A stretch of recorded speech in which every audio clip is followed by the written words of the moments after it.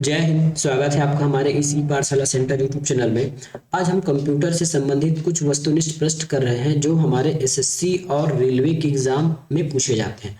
क्योंकि छत्तीसगढ़ में एग्जाम का लेवल भी बढ़ रहा है, इसलिए हम क्या कर रहे हैं, कंप्यूटर से संबंधित जो प्रश्न है उसको भी करने वाले हैं। ठीक है, तो बने रहिए हमारे साथ इस वीडियो में। आपको जरूर इस वीडियो से बहुत फायदा मिलने वाला है। चलिए शुरू करते हैं आज का प्रश्न। आज का पहला प्रश्न है, कंप्यूटर के स्क्रीन पर दिखाई पड़ने वाला, ठीक है, कंप्यूटर के स्क्रीन पर दिखाई पड़ने वाला तीर या फिर एरो जो माउस द्वारा संचालित होती है उसको हम क्या कहते हैं। ठीक है, तो एक देखिए, आपको कंप्यूटर में मेरा एक एरो दिख रहा होगा, इसको हम क्या कहते हैं, तो इसको हम कहते हैं कर्सर। ठीक है, इसको हम कर्सर कहते हैं। निम्नलिखित में से कौन सा आगत साधन अर्थात इनपुट है, इनपुट नहीं है ना। तो कीबोर्ड इनपुट है, माउस इनपुट है, स्कैनर इनपुट है, ये जो प्रिंटर आउटपुट है, तो ये मेरा आंसर हो जाएगा प्रिंटर।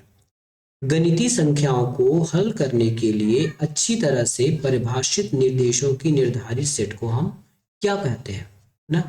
तो क्या कहते हैं इसको, गणितीय समस्याओं को हल करने के लिए अच्छी तरह से परिभाषित निर्देशों को हम क्या कहते हैं, कंपाइलर, कोड, डिस्क्रिप्शन या फिर एल्गोरिदम। तो इसको हम कहते हैं एल्गोरिदम।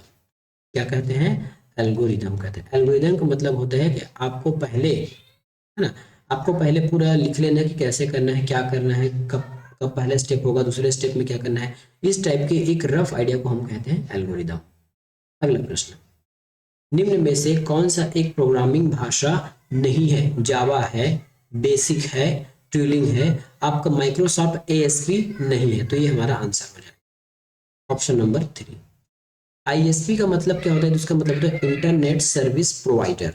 ठीक है, तो कहाँ पे लिखा है, देख ले, इंटरनेट सर्विस प्रोवाइडर कहाँ लिखा है, तो ये हो जाता है आपका इंटरनेट। तो इंटरनेट इतने में सिक्योरिटी है, ये सिक्योरिटी सर्विस। तो इंटरनेट सर्विस जो प्रोवाइडर है, इसका हमारा सही उत्तर है option number 1, internet service provider. Word processing, spreadsheet और फोटो एडिटिंग निम्न में से किसके उदाहरण है। एप्लीकेशन सॉफ्टवेयर है, सिस्टम सॉफ्टवेयर है, ऑपरेटिंग सिस्टम है या फिर प्लेटफॉर्म सॉफ्टवेयर है। तो ये हमारा एप्लीकेशन सॉफ्टवेयर है। ठीक है, वर्ड प्रोसेसिंग हो गया, स्प्रेडशीट हो गया, फोटो एडिटिंग हो गया, ये हमारे सारे एप्लीकेशन सॉफ्टवेयर है। खाली स्थान, सॉरी, एक खाली स्थान लगभग 1 बिलियन बाइट्स के बराबर होता है। 1 बिलियन बाइट के बराबर होता है। तो 1 गीगा जो बाइट होगा वो आपके 1 बिलियन बाइट के बराबर होगा। इंटरनेट से एक फाइल को आपके कंप्यूटर में स्थानांतरित की जा रही है, इसको हम क्या कहते हैं। मतलब इंटरनेट से कोई फाइल यदि आप अपने कंप्यूटर में ला रहे हैं तो इसको हम कहेंगे डाउनलोडिंग। ठीक है, और इसके विपरीत यदि आप कंप्यूटर से इंटरनेट लेके जा रहे हैं तो इसको हम कहते हैं अपलोडिंग। ठीक है, तो हमारा आंसर हो जाएगा डाउनलोडिंग। डेटा प्रोसेस के लिए कंप्यूटर खालिस्तान भाषा का उपयोग करता है। तो ये होता है हमारी बाइनरी भाषा, इसी को कहा जाता है मशीनी भाषा या फिर 0 और 1। ठीक है, 0 और 1 या फिर मशीनी भाषा भी इसको कहा जाता है।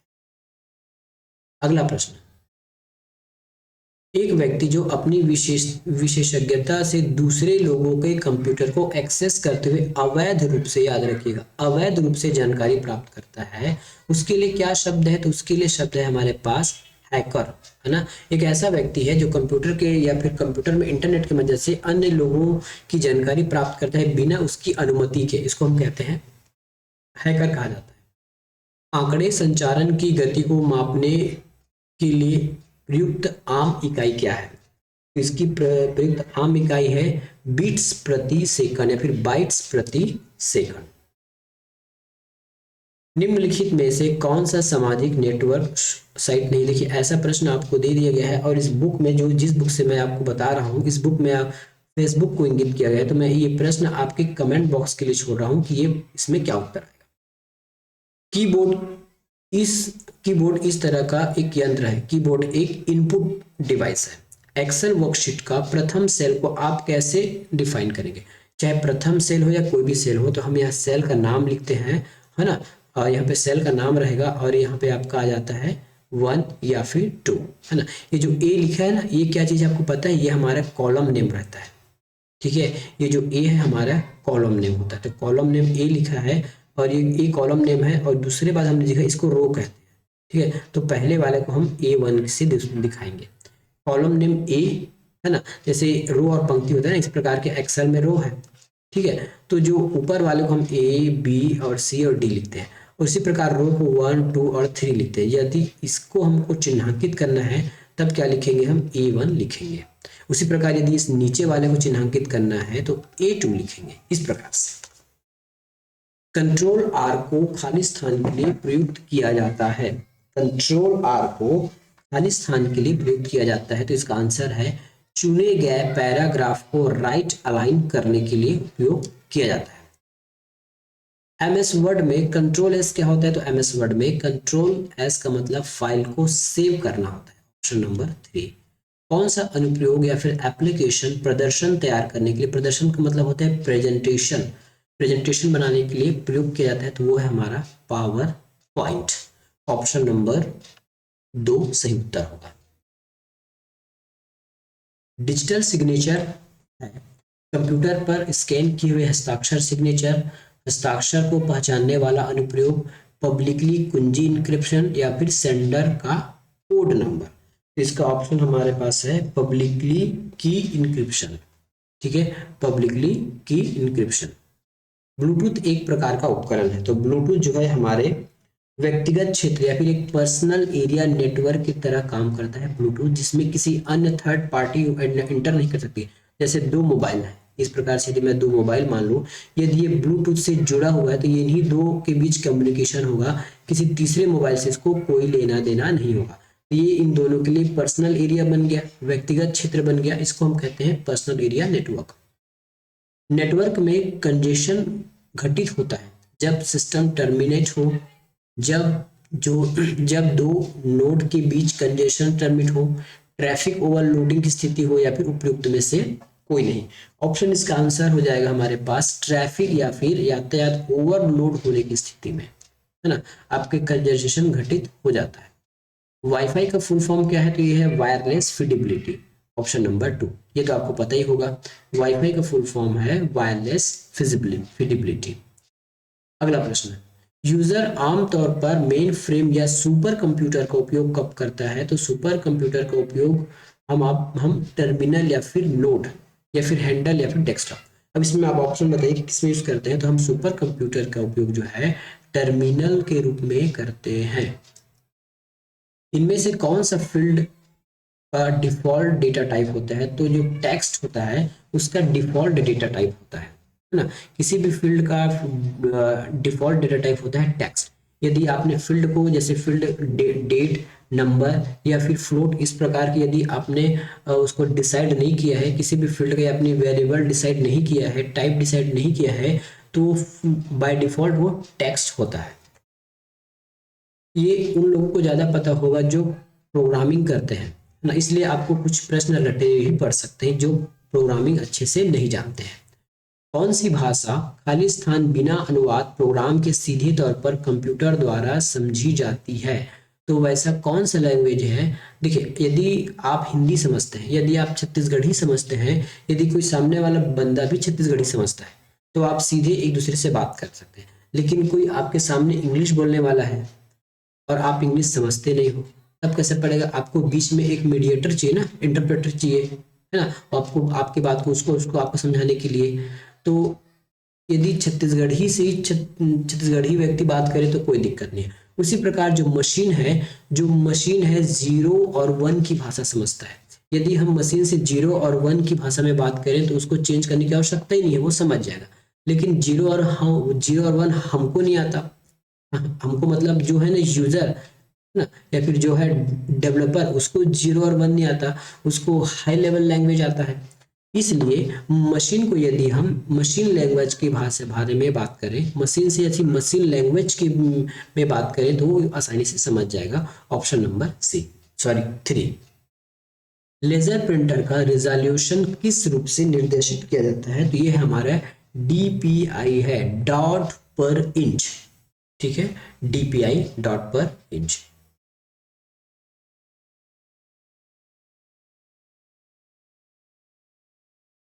सूचना प्रौद्योगिकी को परिभाषित कर सकते हैं computers plus connectivity, computer plus network, hardware plus software, connectivity plus hardware. इसका आंसर क्या होगा देखिए,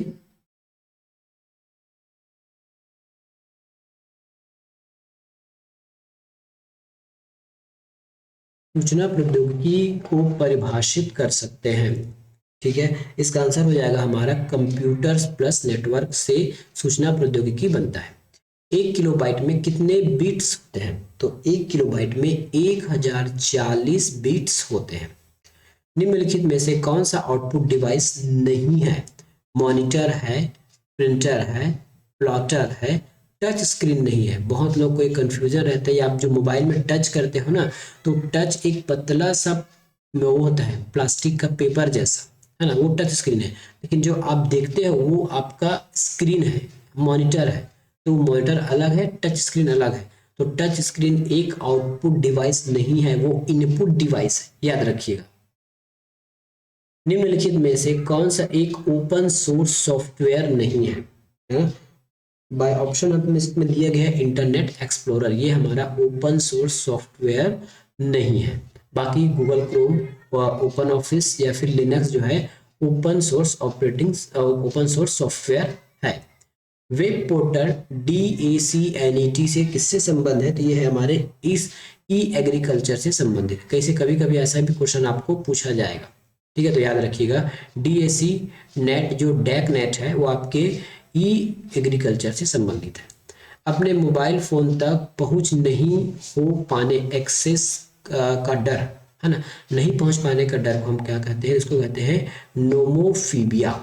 ठीक है, अपने मोबाइल फोन तक पहुंच नहीं हो पाने का जो डर है वो नोमोफीबिया कहलाता है।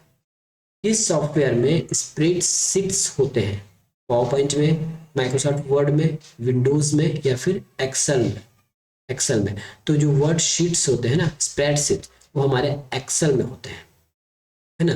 MS एक्सेल में स्प्रेडशीट जैसे आप बनाते हैं ना, नीचे से टैब रहता है, शीट 1, शीट 2, शीट 3, फिर ऐसा बड़ा सा विंडो खुल के आता है, इसको हम स्प्रेडशीट, इसको हम शीट कहते हैं, इसको स्प्रेडशीट कहा जाता है। कंप्यूटर की भाषा में बस का मतलब क्या होता है? कंप्यूटर की भाषा में जो बस का मतलब है वो है डेटा चैनल। ठीक है, डेटा चैनल को हम बस के नाम से जानते हैं। माइक्रोसॉफ्ट वर्ड में एक पूर्व निश्चित पूर्व डिजाइन को क्या कहा जा सकता है? तो उसको हम कहते हैं टेम्पलेट। अब टेम्पलेट क्या होता है, इसको ध्यान से सुनिए। यदि आपको कोई लेटर टाइप बनाना है, कुछ डिजाइन बनाने हैं, कुछ बना बुनाया चीज चाहिए जिसमें आप हल्का से चेंज करके अपना काम चला ले, उसको हम टेम्पलेट करते हैं। मतलब ये इसको ये बोल सकते हैं कि उसका सांचा आपके पास है या कुछ बना बुनाया आपके पास मिलता है, जैसे नाम लिखा रहेगा कंपनी का, नीचे सब कुछ डिजाइन करके दिया रहेगा, बस आपको थोड़ा सा चेंजेस करना पड़ेगा, कंपनी का नाम, आपका नाम और कुछ चीजें, है ना। तो वैसे चीजों को हम क्या कहते हैं? वैसे डिजाइन को हम टेम्पलेट के नाम से जानते हैं।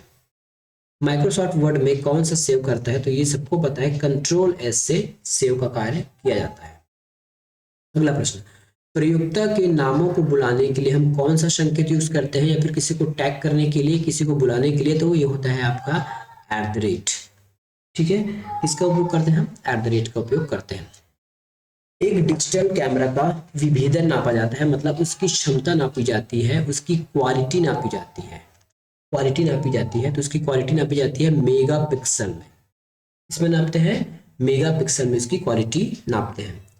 माइक्रोसॉफ्ट वर्ड में खाली स्थान फॉर्मेटिंग के लिए टूल उपलब्ध कराता है, जैसे बोल्ड, इटैलिक और underline. Standard tool bar, menu bar, formatting और स्टेटस बार।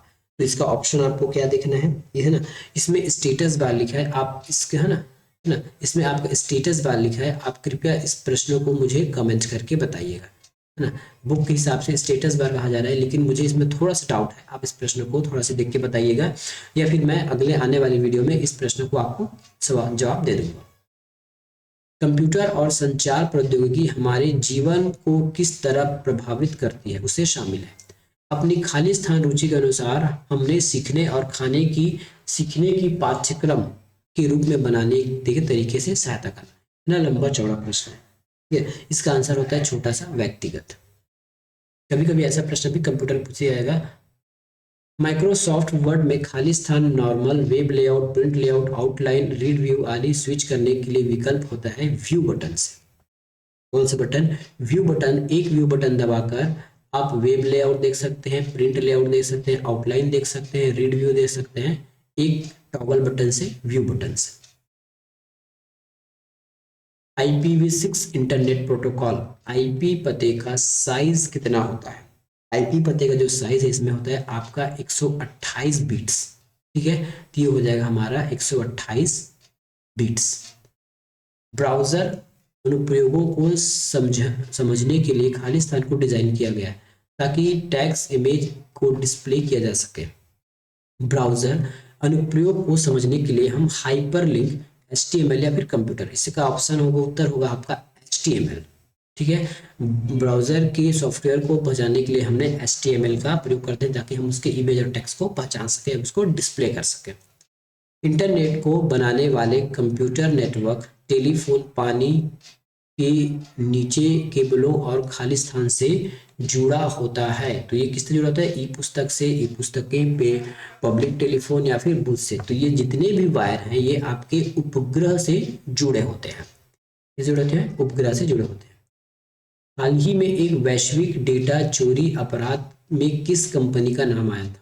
ये आपके लगभग करंट अफेयर का प्रश्न है। इसका आंसर आपका हो जाएगा कैम्ब्रिज एनालिटिक्स, ठीक है, कैम्ब्रिज एनालिटिक्स इसका सही उत्तर है। वर्ल्ड वाइड वेब का जनक कौन है? WWW ना, तो ये इसकी है टिम बर्नर ली, ठीक है, Tim Berners Lee. MS Excel का फाइल एक्सटेंशन क्या होता है? तो ये होता है XLSX, ये होगा आपका उत्तर। निम्नलिखित में से कौन सा एक आउटपुट डिवाइस है? आउटपुट, रैम हमारा क्या चीज है? जॉयस्टिक, जॉयस्टिक एक पेरिफेरल डिवाइस है ना। उसी प्रकार जो रैम है ये आपके स्टोरेज डिवाइस है, रोम स्टोरेज डिवाइस है। जो प्रिंटर है यही हमारा आउटपुट डिवाइस है। खाली कंप्यूटर में हमेशा एक खाली स्थान होता है, माउस, कीबोर्ड, ग्राफिक कार्ड या CPU। जब ऑप्शन कुछ इस प्रकार से दिया जाए तो जो सबसे ज्यादा इंपॉर्टेंट है उसको लगाना चाहिए। वैसे सभी कंप्यूटर में माउस होता है, कीबोर्ड होता है, ग्राफिक्स कार्ड होता है, लेकिन कंप्यूटर का मतलब केवल डेस्कटॉप नहीं है, आपका फोन भी एक कंप्यूटर है, ठीक है, एक मोबाइल भी एक कंप्यूटर है, ठीक है। आपके वॉशिंग मशीन में जो कुछ डिस्प्ले लगे हुए हैं उसमें भी जो आप बटन दबाते हैं वो भी एक कंप्यूटर है। तो उस सब में माउस, कीबोर्ड तो होना आवश्यक नहीं है। यहाँ तक यदि आप ATM मशीन जाते हैं उसमें जो आप ATM में जो बटन दबाते हैं, जो आप डिस्प्ले देखते हैं वो भी एक कंप्यूटर ही है, लेकिन उसमें माउस और कीबोर्ड आपको अलग से नहीं दिखता। लेकिन जो CPU है, सेंट्रल प्रोसेसिंग यूनिट, वो आपके सभी में दिखेगा, कंप्यूटर में होगा, वॉशिंग मशीन में होगा, मोबाइल में होगा या फिर ATM मशीन में होगा। तो इस प्रकार आपको प्रश्न को ध्यान से पढ़ के लगाना है और किसी चीज को कंपेयर करना है। मॉडेम किस प्रकार का उपकरण है? तो मॉडेम आपके इनपुट और आउटपुट दोनों का कार्य करती है। जैसे ये मॉडेम है, इसका मेनली है डेटा को चेंज करना या फिर दिखे, जैसे ये हमारे फोन से कुछ डेटा आ रही है तो इसको एनालॉग या फिर डिजिटल में चेंज करता है ना, ये एनालॉग और डिजिटल। यदि एनालॉग आ रहा है तो इसको डिजिटल में चेंज करेगा, और यदि बाहर निकल रहा है तो डिजिटल को एनालॉग में चेंज करता है। तो इस प्रकार से ये इनपुट आउटपुट दोनों का कार्य करता है। अगला प्रश्न, एक ऐसा पासवर्ड जिसमें केवल एक बार इस्तेमाल किया जा सकता है, जिसे आमतौर पर बेहतरीन ढंग से विशेष सॉफ्टवेयर द्वारा उत्पन्न किया जाता है, इसको हम कहते हैं पासवर्ड है ना, तो इसको हम कहते हैं OTP, ठीक है। अब देखिए कई बार ना इसको पासवर्ड क्यों कहा गया है? देखिए कई बार आपको थोड़ा सा कंफ्यूजन हो जाएगा। कैप्चा, हम जो कैप्चा डालते हैं वो भी एक ही बार उपयोग होता है, लेकिन यहाँ पासवर्ड का शब्द आया है, और पासवर्ड जो बहुत कॉन्फिडेंशियल चीज है, जो किसी को बता नहीं सकते, है ना। देखिए जो कैप्चा आपके स्क्रीन में दर्शित होता है जिसको आपको देख के टाइप करना होता है, लेकिन जो OTP है आपके फोन में SMS के द्वारा प्राप्त होता है, जिसको आप किसी को नहीं बता सकते। अगर बता दिए तो पूरा पैसा पार हो जाएगा आपके अकाउंट का। तो वैसे पासवर्ड को हम OTP कहते हैं, वन टाइम पासवर्ड, ठीक है, वन टाइम पासवर्ड। पहली पीढ़ी के कंप्यूटर का प्रमुख घटक था वैक्यूम ट्यूब, ठीक है, वैक्यूम ट्यूब। तो इस प्रकार से आज का हमने पूरा प्रश्न देख लिया, 30 से ज्यादा प्रश्न आज हमने देख लिए। तो इस प्रकार यदि आप कंप्यूटर की तैयारी करना चाहते हैं तो हमारे इस चैनल के साथ कंप्यूटर की तैयारी कर सकते हैं। मिलेंगे नेक्स्ट वीडियो में, धन्यवाद।